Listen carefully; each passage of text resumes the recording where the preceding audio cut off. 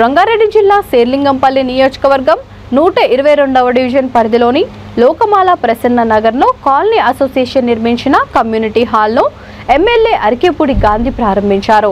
ఈ community hall నిర్మాణానికి colony association సభ్యులు కోరడంతో ఆయన తన ఎమ్మెల్యే ఫండ్ నుండి తక్షణమే 10 లక్షల రూపాయలు కేటాయించారు.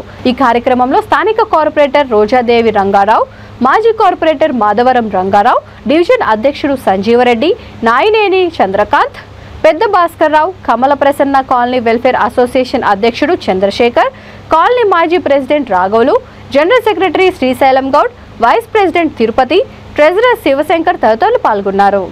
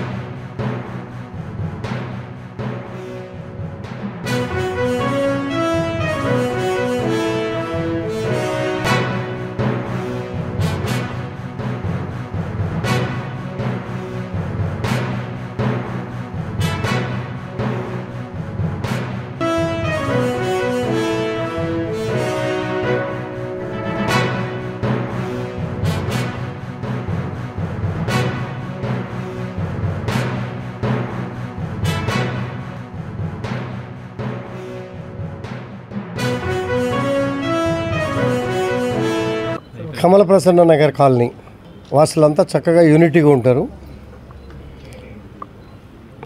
లేఅవుట్లో స్థలం కొద్దిగా మిగిలిపోవటం, దాంతో కాలనీ సమస్యలు, కాలనీ యూనిటీ, కాలనీ మౌలిక వసతులు, కాలనీ మంచి చెడు మాట్లాడుకోవడానికి ఒక కమ్యూనిటీ హాల్ కావాలని చెప్పి ఒక ప్రపోజల్ తీసుకొని రావటం, దాంతో ఎమ్మెల్యే నిధుల నుంచి